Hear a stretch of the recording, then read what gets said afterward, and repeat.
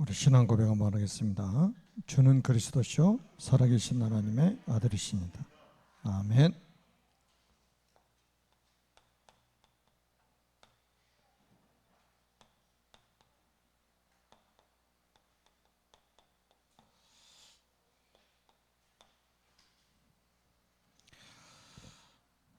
우리가 지금 하나님께서 강단을 통해서 메시지의 흐름을 이렇게 쭉 보면은 우리가 주일날 오전에는 이 보좌라는 주제로 말씀을 계속 주고 계십니다.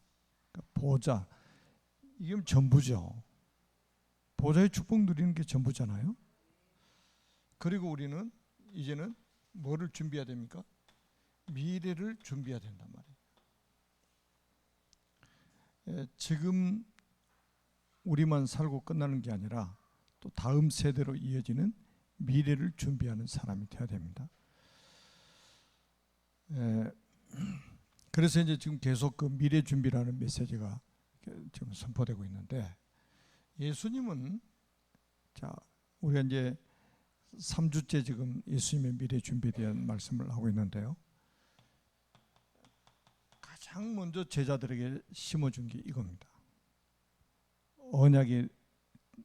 언약을 심어주신 거죠. 이 언약은 바로 생명이기 때문입니다. 뭐 간단합니다.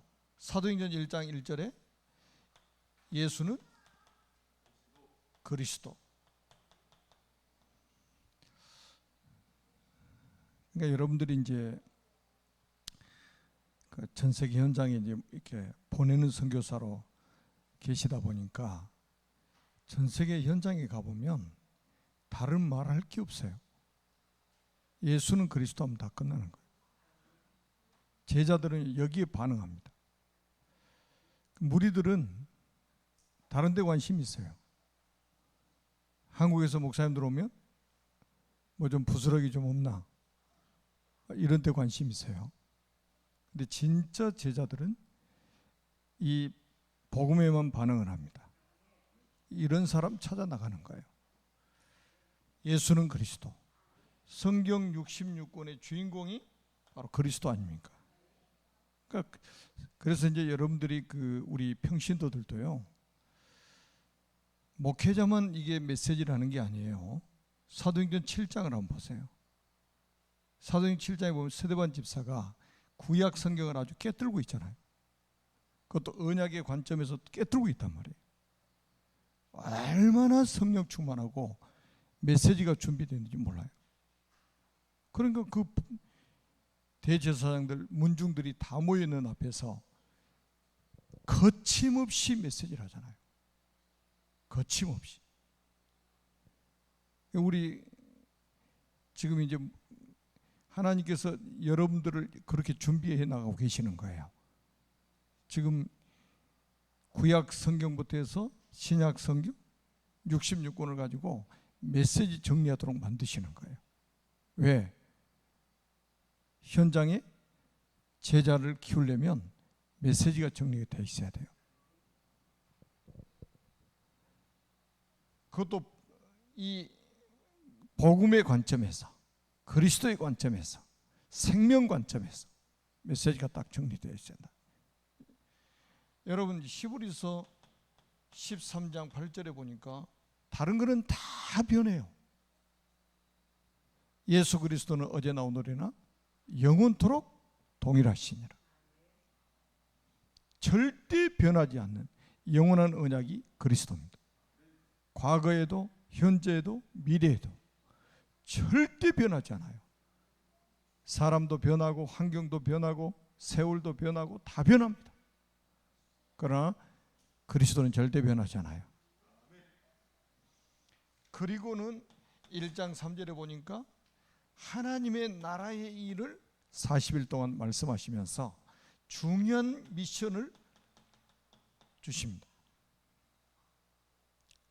그러니까 120명 제자들이 모여있는 곳에서 사실은 전부 지금 뭡니까? 한 사람 한 사람 미션을 주시는 거예요. 이게 아주 중요해요. 그리고 1장 8절에 보니까 오직입니다. 오직 성령, 오직 권능, 오직 증인입니다. 오직 성령, 오직 권능, 오직 증인. 이거 안 되면 말로 다 해야 되는 거예요. 말로. 그러니까 말이 그렇게 많아지는 거예요. 성령 충만 못 받으면 뭐든지 말로 해야 되는 거예요. 근데 이거 성령 충만 받으면 권능이 생겨서 정인돼 버리는 거예요. 그래야 세계복음 할 거 아닙니까? 땅 끝까지 정이 될 거 아닙니까? 그 다음에 보세요. 사도행전 1장 11절에 보니까 갈릴리 사람들아 어찌 하늘을 쳐다보느냐. 하늘로 올려주신 이 예수는 너희가 본 그대로 오시리라. 예수님의 재림으로 모든 언약이 완성되게 되어 있단 말이에요. 이 시대적인 언약은 세계복음 아닙니까? 그래서 여러분들이 가장 중요한 건 여러분들이 언약의 대열에 있다는 것이 가장 큰 복을 받은 증거예요. 그리고 두 번째는 뭐냐? 이 언약 가진 절대 제자를 이 땅에 남겨놓으신 겁니다. 이게 예수님 미래 준비예요. 제가 계속 좀 말씀드리잖아요. 예수님은 하나님이십니다. 당신이 이 땅에 오셔가지고 공생의 3년 반 사시다가 이 세상을 떠나서 원래 계셨던 그 보좌로 가시는 그 시간을 알고 계셔. 그러면 가신 후에 주님이 하셨던 그 사역을 대신할 수 있는 제자가 필요한 거예요. 그래서 이거 제자 세우기 위해서 예수님이 밤을 새 가지고 산에 가서 기도하고 그 이튿날 내려와 가지고 제자를 부르셨다고 성경에 기록되어 있잖아요. 얼마나 중요합니까? 밤을 새도록 산에 가서 기도하고 내려와 가지고 제자 부르셨다니까요. 그래서 이제 우리는 이제 그 요거 있잖아요. 우리가 제자를 남기지 않고 가버리면 사실은 이 복음운동 끝나는 거잖아요. 제자 엘리야처럼 된다. 엘리야처럼 제자 한 명도 남기지 않고 그리고 자기는 이제 할 일 다 했으니까 더 이상 못 하겠으니까 자기 생명을 데려가 달라고 하나님 앞에 기도하잖아요. 그러니까 하나님은 사명이 안 끝났으니까 천사를 통해 떡과 물을 마시게 만들어서 40주야를 걸어서 호렙산에 이르게 만들어요. 그리고 하나님의 음성이 들려지죠. 왕 세우고 엘리사에게 기름을 부어서 너를 대신할 선지자가 되게 하고, 그리고 바알에게 무릎 꿇지 않고 입맞추지 않은 7,000명의 제자를 준비해놨다. 남은 자가 있다 이 말이에요. 착각하지 말아요. 착각하지 마. 너 다음 세대 준비해야 될 거 아니냐. 차세대 제자들을 키워놓고 가야 될 거 아니냐. 성경의 모든 흐름이 그거라니까요. 그래서 예수님이 세우신 제자가 12제자인데 이거는 사도 제자죠. 지금 말하면 목회자, 다시 말하면 영적 지도자란 말이에요.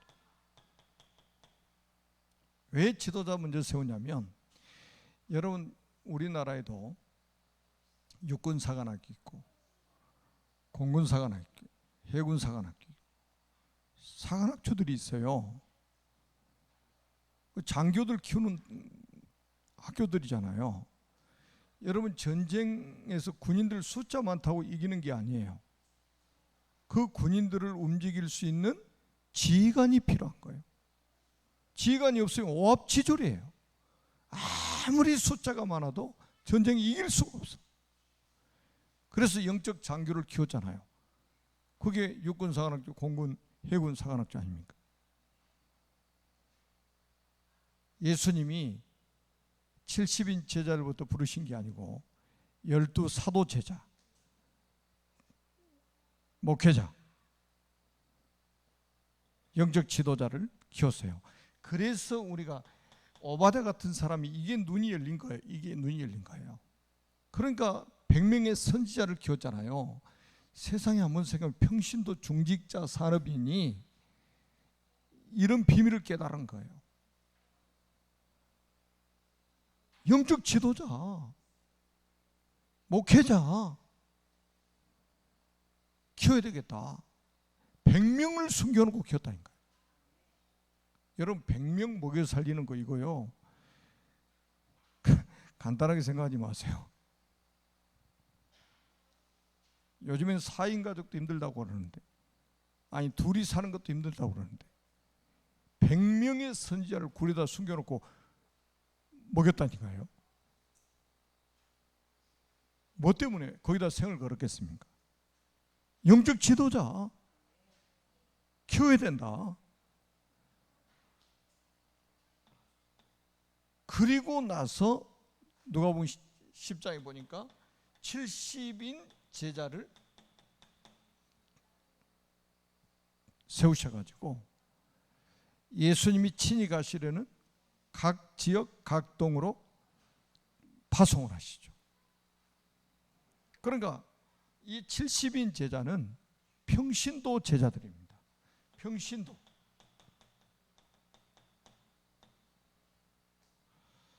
그러니까 우리 중직자들은 전부 이 70인들이 받았던 축복을 받아야 돼요. 여러분 특징을 한번 보면 있잖아요.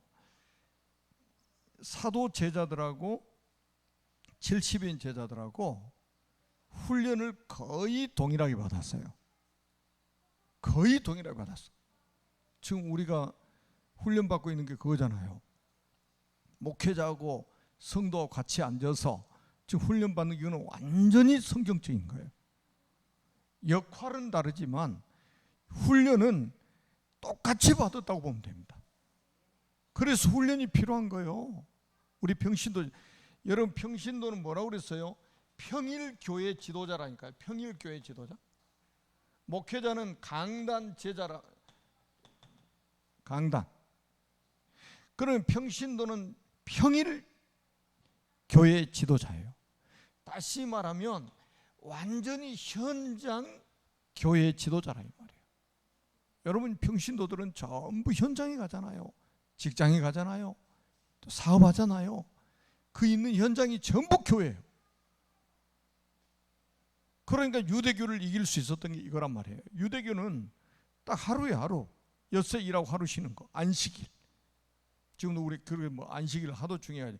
안식교도 생겼잖아. 안식교. 그러니까 우리 지금 평신도들은요, 이 70인 제자들 누가복음 10장 1절에 20절 말씀을 잘 한번 묵상하면서 읽어보세요. 아니 목회자하고 평신도 지도자인 70인 제자하고 예수님이 거의 동일하게 훈련을 시켰다니까요. 그래서 이 70인 제자를 세워가지고 무슨 시대를 열었다고요? 전도 캠프 시대를 열었다니까요. 둘씩 짝져가지고 현장으로 보내버리잖아요. 우리 평신도들이 앞으로 이제는 코로나 이제 코로나 기간에도 막 죽자 살자 막 하는 분들이 있어요. 코로나 때문에 다 숨은 사람이 있고 코로나 핑계로. 여러분 코로나 때문에 우리가 전도운동이 중단될 수 있습니까? 선교가 중단될 수 있어요? 저도 하도 코로나 떠들어가지고 비행기 타면 막 큰일 나는 줄 알았어요. 그런데 다녀보니까 비행기 타는 게 제일 안전하네. 왜 PCR 검사 안 하는 사람은 절대로 비행기 못 타요. 어느 나라 가든지. 어떻게 보면 제일 비행기가 안전한 거예요. 코로나 없을 때는 공항에 가면 막 진짜 사람이 너무 많아가지고 걸어다니기 힘들 정도예요. 근데 지금 공항에 가보세요. 사람이 없어. 그러니까 지금이 전도하러 다니고 오히려 더 좋다 이 말이에요. 선교하러 다니. 그리고 뭡니까? 전도 캠프 딱 하고 돌아와서 보고하잖아요. 다시 말하면 예수님이 포럼 시대까지 다 열어놓아버린 거예요. 70인 제자들 불러가지고. 그래서 우리 그 평신도들은요, 여러분 지역에 그 둘씩 짝을 지어가지고요, 지역에 여리고 캠프 현장 분석도 하시고 전도 대상에서 찾고 이렇게 아시라니까요. 그리고 얼마나 좋습니까? 지금은 자료가 얼마나 많습니까? 내가 직접 말을 못하면 자료를 전달하면 돼요. 영상 자료 전달하든지 책을 전달하든지 전도지를 전달하든지. 그러니까 우리가 이제 이 착각만 안 하면 돼요. 우리가 뭔가 설명을 잘해야 이 사람이 감동을 받고 구원받는다고 자꾸 생각을 하니까 나는 그걸 할 수 없다 이렇게 생각하는 거예요. 그래서 부담이 가는 거예요. 아직도 그 생각을 가지고 있다면 좀 남은 생을 살기가 어려워집니다. 우리가 전도하러 가는 거는 영생 주식으로 작정된 자가 있단 말이에요. 현장에. 이 사람에게 가가지고 내가 말 않고 전도지 하나 딱 전달, 이 사람 전도지 보고 완전 인생 담 내버릴 수 있습니다. 제가 말씀드렸잖아요. 안드레가 자기 형제 시몬 찾아가가지고 구원의 길 그렸습니까? 와보라. 우리가 메시아를 만났다. 이거 뭐 한 5초도 안 걸려. 이거 말했는데 전도 딱 돼가지고 예수 옆에 나와가지고 그 사람 누구예요? 베드로 아닙니까? 완전히 대열을 하나 낚았잖아요. 대열을. 와보라. 우리가 메시아를 만났다. 이 한마디가 전도예요. 그냥 영생주의로 작정된 자, 이 시대의 절대 제자로 이 세상에 태어난 사람은 그 한마디가 답이 돼버린다니까. 절대. 그러니까 뭐 내가 훈련을 많이 못 받아가지고 그러면 지금이라도 군대 입대하세요. 나는 말을 잘 못해가지고 그러다 축복 빼앗긴 사람이 있어. 그 누군지 아세요? 모세. 나 입이 둔해요. 혀가 둔해요. 뻣뻣해요. 막 그러다가 야, 그럼 네 형 말 잘하는 네 형이잖아. 자기가 받아야 될 축복을 자기 형한테 줘버린 거예요. 자꾸 핑계대니까 하나님이 그럼 네가 못하면 네 형이잖아. 네 형. 그래서 형 아론이 제사장 가문이 돼버리잖아요. 그 성경 봐도 그냥 뭐 대충 보는 게 아니에요. 여러분 요즘에 그 강단 메시아 보시라니까요. 우리가 이 단어 몇 가지만 딱 붙잡아 버려도 그대로 응답받을 수 있다니까요. 그러니까 성도들이 모이면 무슨 포럼 해야 되냐? 현장 포럼 해야 되는 거예요. 전도 포럼 해야 돼요. 아니 현장에 제자들이 갔더니 이 평신도 제자 70인 제자 갔더니 귀신이 항복했다. 귀신이 항복했다. 예수님 돌아가지고 보고하잖아요. 다 70인들이 모여 있는데 예수님 보고해요. 우리가 현장에 예수 이름으로 예수 이름이면 귀신들도 우리에게 항복하다 있다.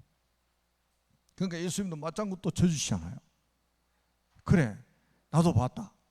하늘에서 사탄이 번개처럼 떨어진 걸 봤다. 왜 그런 줄 아냐? 너희들이 귀신이 왜 너희들한테 항복한 줄 아냐? 그게 누가복음 10장 19절이요. 내가 너희에게 뱀과 정갈을 밟으며 원수의 모든 능력을 제어할 권능을 주었으니 너희를 해할 자가 결단코 없으리라. 이 권세를 이미 받았기 때문에 가니까 귀신이 항복하는 거예요. 이 권능은 하나님이 주신 거잖아요. 여러분에게 다 주셨단 말이에요 지금. 그러면서 본질을 말씀하시죠. 야, 귀신에 항복하는 걸로 기뻐하지 말고 너희 이름이 하늘에 기록된 것으로 기뻐해라. 진짜 너희들이 기뻐할 거는 너희들이 구원받은 것으로 기뻐해라. 하나님의 자녀된 것으로 기뻐해라. 하나님의 나라의 상속자가 된 것으로 기뻐해라. 이거에 포럼 아니까 딱 여러분 수정 보완 다 해주시잖아요. 뭐 만나면 뭐 밥 먹었냐? 만나면 어떻게 지냈냐? 백날 첫날 뭐 그 하지 말라는 소리가 아니에요. 도움이 안 돼 그거는. 그러다 불신앙도 팍 나오지. 여러분 요 포럼이 딱 돼야 되는 거. 현장 포럼, 전도 포럼 이게 돼야 된다. 말씀 포럼, 기도 포럼. 이 문화를 이 시대를 주님이 여신 거예요. 그러면서 결국은 뭡니까? 120 제자를 남기셨잖아요. 120명의 제자. 예수님 마지막 남기신 제자는 120명이에요. 마가다락방에 예수님이 누가복음 24장에 보면 예수님이 승천하실 때 500여 명의 사람들이 모여 있었어요. 베드로가 설교할 때도 그랬잖아요. 승천하신 것을 보고 사람이 500여 명의 사람이었어요. 그런데 마가다락방에 모이는 사람은 그 중에서 120명만 딱 모였어요. 왜? 다른 사람은 전부 복음의 답이 안 났어. 결론이 안 났어. 목숨이 아까워. 왜? 금종령이 내려져 있기 때문에. 그리스도 이름으로 모이면 안 돼.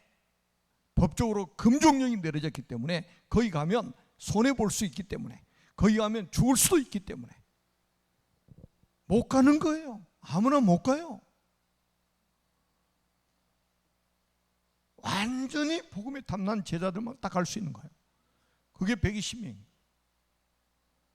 이게 세상을 뒤집어 버린 거예요. 이 제자, 그러니까 예수님은 딱 뭐 절대 제자는 게, 저 은혜까지는 절대 제자. 이게 미래 준비요. 그리고 우리가 세 번째는 뭐냐? 예수님이 이 땅에 남기신 게 뭐냐? 교회라는 플랫폼을 이 땅에 딱 남겨놓고 가신 거예요. 유일하게 교회라는 플랫폼을 남기고 가신 거예요. 꼭 여러분들 기억하세요. 이 교회, 진짜 저 안타까운 게요, 이 중직자분들도 교회를 이해를 잘 못하신 분들이 많아요. 교회를 오해하는 분들이 많아. 여러분, 교회가 마태복음 16장 13절에서 20절에 보니까 주님이 질문을 하셨잖아요. 너희는 날 누구라 하느냐? 시몬 베드로가 대답하여 이르되 주는 그리스도시요 살아계신 하나님의 아들이시니다. 바요나 시몬아, 내가 복이 있도다. 이를 알게 하는 이 혈육이 아니요 하늘에 계신 내 아버지시니라. 와, 그러면서 이 반석 위에 내가 내 교회를 세우리니 음부의 권세가 이기지 못하리. 내가 내게 천국 열쇠를 주노니 내가 땅에서 무엇이든지 매면 하늘에서 매일 것이요 내가 땅에서 무엇이든지 풀면 하늘에서 풀리라. 여기는 앞으로 미래에 내가 이 반석이 교회를 세울 것이다. 약속이에요. 미래에 대한 약속. 여러분, 교회는 반석 위에 세우지, 반석이 뭡니까? 그리스도 아닙니까? 베드로가 했던 그 신앙 고백 위에 교회를 세우신 거예요. 교회 왜 반석 위에다 세웠습니까? 이 복음 전하라고. 교회 사명은 뭡니까? 복음 전하는 거예요. 복음 전하는 거. 교회 사명, 일 사명, 복음 전하는 거예요. 그리고 두 번째는 뭡니까? 음부의 권세가 이기지 못할 것이다. 여러분, 이 영적 전쟁 하는 게 바로 교회입니다. 그리고 세 번째는 뭡니까? 천국 열쇠를 주셔가지고 기도 응답 가지고, 기도를 가지고, 보좌를 움직이는 기도를 가지고 세계를 움직이는 것입니다. 골방에서 세계를 움직이는 거예요. 그러니까 가정에 이런 제자 한 명만 있으면요, 그 가정은 이 사람 중심으로 돌아가게 돼 있습니다. 그러니까 자꾸 타협을 하니까 이런 응답을 못 받는 거예요. 적당하게 타협해 가면서 신앙생활 하려고 하니까 절대 이 응답이 안 오는 거예요. 열쇠라는 것은 주도권을 가졌다는 말이기도 합니다. 열쇠가 뭡니까? 열쇠를 열어야 들어가고 나가고 할 거 아니에요. 열쇠를 열어야 차 타고 내리고 할 거 아니에요. 그 말은 주도권을 가진 자라 이 말이에요. 요셉이 왕이 아니고 총리였는데 결국은 애굽의 모든 주도권이 요셉에게 딱 넘어가 버리잖아요. 인장바지 왕이 빼주면서 자기가 타고 다니는 병거 타고 다니라고 그러지. 그리고 애굽 전역을 다스리라고 하지. 네 허락 없이는 애굽의 손발을 수족을 놀릴 자가 없을 것이다. 내가 너보다 높은 것은 이 자리밖에 없다. 의자밖에 없다. 이게 주도권이요. 왕이라도 이런 응답 못 받으니까 주도권을 요셉에게 넘겨주잖아요. 바울이 감옥에, 빌립보 감옥에 들어갔어요. 거기서 밤밤중에 바울과 실라가 찬미하고 기도했는데 옥토가 움직이고 죄수들의 매였던 사슬들 다 풀어지고 옥문이 다 열려버렸잖아요. 그러니까 간수장이 와가지고 뭐라고 그래요? 바울 앞에 무릎을 꿇고 선생들아, 우리가 어떻게 해야 구원을 얻으리까? 거꾸로 돼버렸어요. 간수가 제수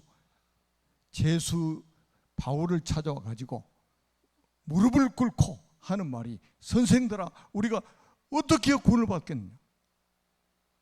그때 나온 메시지가 뭐예요? 사도행전 16장 31절 아닙니까? 주 예수를 믿으라. 그러면 너와 내 집이 구원을 얻으리라. 하나님이 영적인 주도권을 주신다니까요. 나이 먹었다고 주도권이 있는 게 아니에요. 영적인 주도권은 나이하고 상관이 없어요.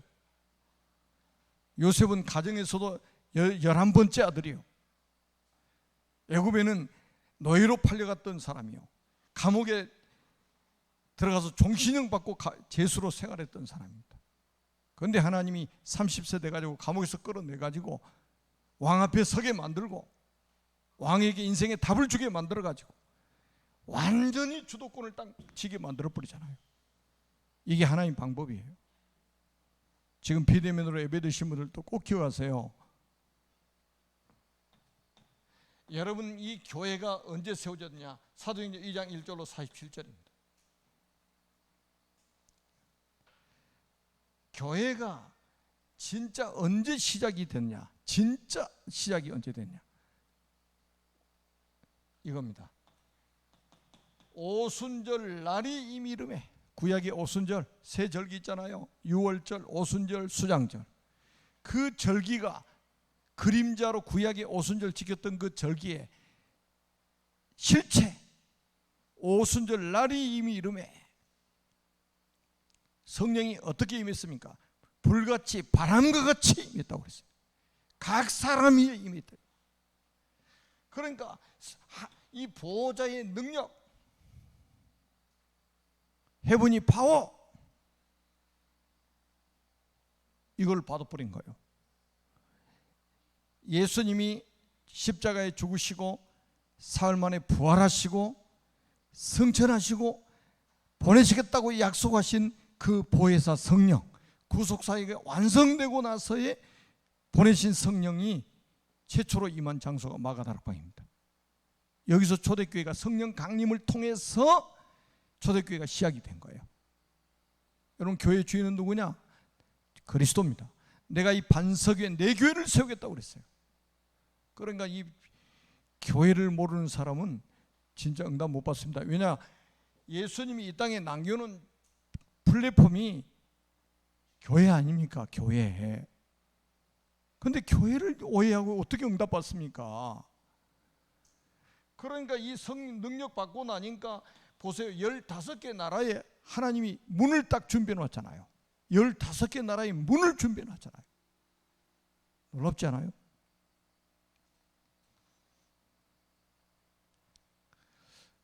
저는 막 요즘에 이 전 세계에서 부른다는 말이 무슨 말이지? 마게도냐 사람들이 막 환상 중에 막 부르는 것처럼 막 전 세계에서 불러. 우리가 무슨 대단한 사람들입니까? 하나님이 복음 주셔가지고 그 복음 하나 누리고 있을 뿐인데 막 전 세계에서 막 부르신다. 그것도 그냥 평신도 아니요, 목회자들, 선교사님들이다. 그러니까 얼마나 감사한 일입니까 이게. 15개 나라의 문을 하나님이 준비하셨단 말이에요. 그리고 뭡니까? 막 말씀이 성취되기 시작합니다. 요엘서 말씀이 성취되기 시작해요.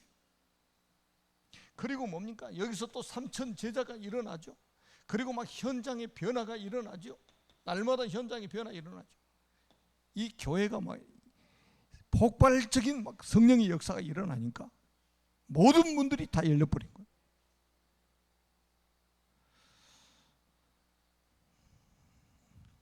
그래서 우리가 뭐 교회 가자 그러면 이제 말이 교회 가자 이 말은 교회당에 가자 이 말이잖아요. 그러니까 평생 교회당이 교회고 자기 집은 집이고 그래. 교회당은 교회고 직장은 자기 직장이에요. 항상 이런 생각을 가지고 있는 거예요. 그런데 꼭 기억하세요. 목회자는 강단 목회를 한다면 평신도들은 평일교회 현장 교회 지도자로 하나님이 세우셨다. 매일 가서 여러분 현장에 가서 빛을 비추라. 캠프를 해라 이 말이에요. 그러면 귀신들이 항복하게 될 것이다. 사탄이 하늘에서 번개처럼 떨어지게 될 것이다. 이런 응답을 받게 된단 말이에요. 그래서 우리가 이제 교회는 크게 보면 우리는 그 여러분들이 꼭 아셔야 될 건 뭐냐면 지상교회가 있고 천상교회가 있습니다. 지상교회는 지구상에 예수님을 그리스도로 믿는 모든 사람들이 한 교회예요. 하나의 교회. 이거는 뭐냐? 지상교회는 영적인 전투를 하는 교회입니다. 싸워야 돼요. 뭐하고 싸워야 되냐? 사탄과 싸워야 됩니다. 귀신과 싸워야 돼요. 이 귀신에게 사로잡힌 3단체, 종교, 우상, 이거 싸워야 됩니다. 총칼 들고 싸우라는 말이 아니에요. 그 사람들 살려야 된단 말이에요. 완전히 사단한테 잡힌 사람. 천상교회는 뭡니까? 영적 전투에 승리한 사람들이 가는 곳이 천국 교회입니다. 이 교회는, 지상에 있는 교회는 천상교회의 그림자예요. 모형이란 말이에요. 그리고 교회는 크게 두 개밖에 없어요. 지상교회는 지구상에 예수님을 그리스도로 믿는 모든 사람이 하나의 교회라 이 말이에요. 천국 가면 감리교, 천국 가면 장로교, 침례교, 순복음 이런 거 없어요. 이게 목회자들이 얼마나 이게 안 좋은 일을 했냐. 교인들한테 감리교를 심어버린 거예요. 장로교를 심어버린 거예요. 순복음을 시켜버렸어요. 각인시켜버렸어요. 그거 어느 지역에 가도 그 사람은 자기 교단 그 있잖아요. 감리교는 평생 감리교 쫓아다녀. 장로교는 장로교 쫓아다녀. 장로교도 예수는 그리스도, 감리교도 예수는 그리스도, 순복음도 예수는 그리스도. 이거 해야 될 거 아니에요. 왜 교단을 쫓아다닙니까? 그렇게 만든 게 목회자들이에요. 그렇게 만든 게 신학자들이에요. 여러분, 천상교회는 완전히 승리한 사람들이 가는 곳입니다. 이 땅의 전투, 영적인 전투에 승리한 사람들. 이 지구상의 교회는 천상교회의 모형이라. 천국도 교회입니다. 완전한 교회예요. 완성된 교회입니다. 거기는 구원받은 사람들만 있는 곳이에요.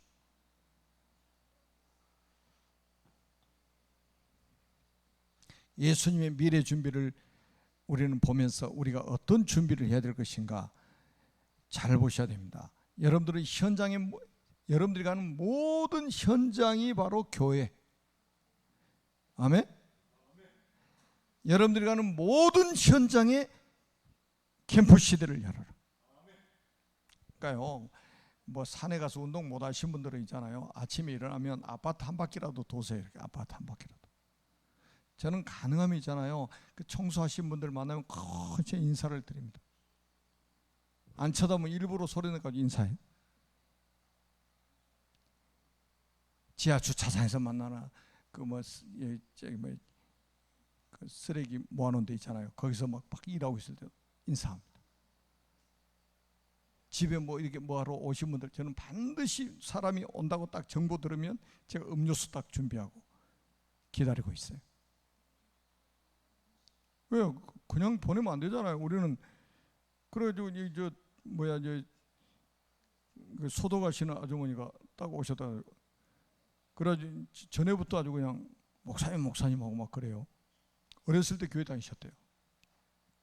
이번 주에도 이제 지난 주에도 음료수 딱 드리고 전도지 딱 하나 드렸더니 교회가 어디냐고 그래. 거기 써 있다고 가르쳐 주니까 자기가 찾아오시겠다고 그러더라고. 여러분 집에 오시는 손님들이요, 그냥 보내지 마시고 음료수라도 딱 대접하고, 여러분 왜냐, 그 사람이 하나님 영생주의로 작정한 사람일 수 있다 이 말이에요. 그러니까 여러분들 어디 가서 뭐 회의 모임 가질 때도요, 여러분들 막 주장 내세우지 말라는 거예요. 저는 왜? 내가 만난 사람 중에 이 사람이 구원받기로 작정된 사람이던데, 그런데 내가 그 사람에게 상처 입혀보면 안 되잖아요. 아무튼 한 생명을 천하보다 귀하게 여기신 하나님께서 여러분들을 현장의 전도자로, 현장의 선교사로, 현장의 캠프 요원으로 매일같이 파송하고 계시다는 사실입니다. 그래서 우리는 앞으로 있잖아요, 교회 안에 이방인의 뜰을 만들고, 이게 우리 237 임자 지원센터 아닙니까? 치유의 뜰을 만들고, 영육간의 치유의 뜰. 나는 우리 지금 이게 의료 이게 캠프를 우리가 계속하는데 너무 감사한 거예요. 저는 제가 월요일날 주일날부터 월요일날까지 계속 있잖아요. 제가 우리 그 전사님들하고도 제가 월요일날 포럼 좀 했었는데, 나는 월요일날 나는 메시지하고 기도하고 이거 하다니까 성도들 이렇게 막 개개인적으로 만나서 이렇게 하기가 힘든데, 월요일 하루 종일 막 있어 보니까 성도들이 그렇게 몸이 아픈 사람들이 많다는 걸 제가 딱 아니까요, 더 마음에 담기고 더 기도가 되는 거예요. 그 캠프요. 자, 그러면 또 뭡니까? 후대의 뜰. 앞으로 미래를 생각해서 우리는 후대를 키워야 되니까 교회 안에 후대의 뜰이 돼. 그래서 우리가 주일학교도 있고 237 서밋스쿨도 있고 하는 거 아닙니까? 그러니까 이런 모든 것들을 우리가 눈을 뜨고 보게 되면 마음을 담게 되고 기도가 되고 우리가 물질도 드리게 된단 말이에요. 그게 다 응답 아닙니까? 결론입니다.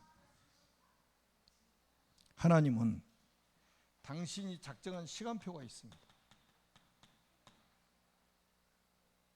우리 시간표에 하나님이 맞춰서 일을 하시는 게 아니에요. 하나님이 작정한 시간표가 있습니다. 우리는 아무리 급해도 하나님이 시간표대로 움직이시는 분이에요. 제가 말씀드렸잖아요. 고넬료가 찾아왔어요. 자기 딸이 죽게 돼서 살려달라고. 얼마나 지금 이 고넬료 그 회당장 야이로 자기 딸이 죽게 된 걸 지금 간청하러 살려달라고 간청하러 왔는데, 길을 가다가 혈루증 앓던 여인을 만나버린 거예요. 그래서 혈루증 앓던 여인을 치유하고 나니까 사람들이 야이로의 집에서 왔어요. 무슨 소식을 전해줍니까? 딸이 죽었대. 그러니까 예수님이 늦게 가서 지금 죽었다고 생각하는 사람들은, 맞습니까? 늦게 가셔가지고 죽었어요? 예수님은 정확한 시간에 가신 거예요. 당신이 작정한 시간에 가신 거예요. 꼭 기억하시라니까요. 우리는 급한데 하나님 급한 게 없어요. 그러면서 뭡니까? 이 시간표에 하나님의 계획을 차질 없이 지금도 진행해 나가고 있단 말이에요. 누구도 이거를 막을 수가 없는 거예요.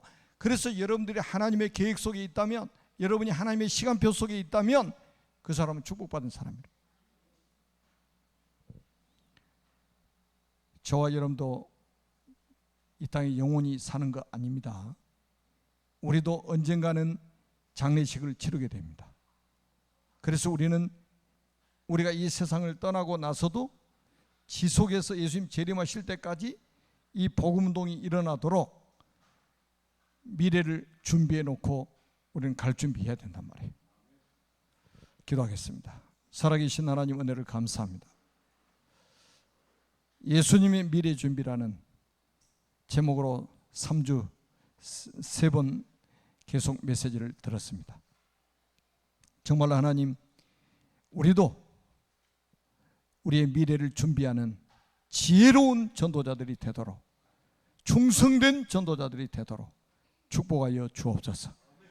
예수 그리스도의 이름으로 간절히 축복하며 기도드립니다. 아멘.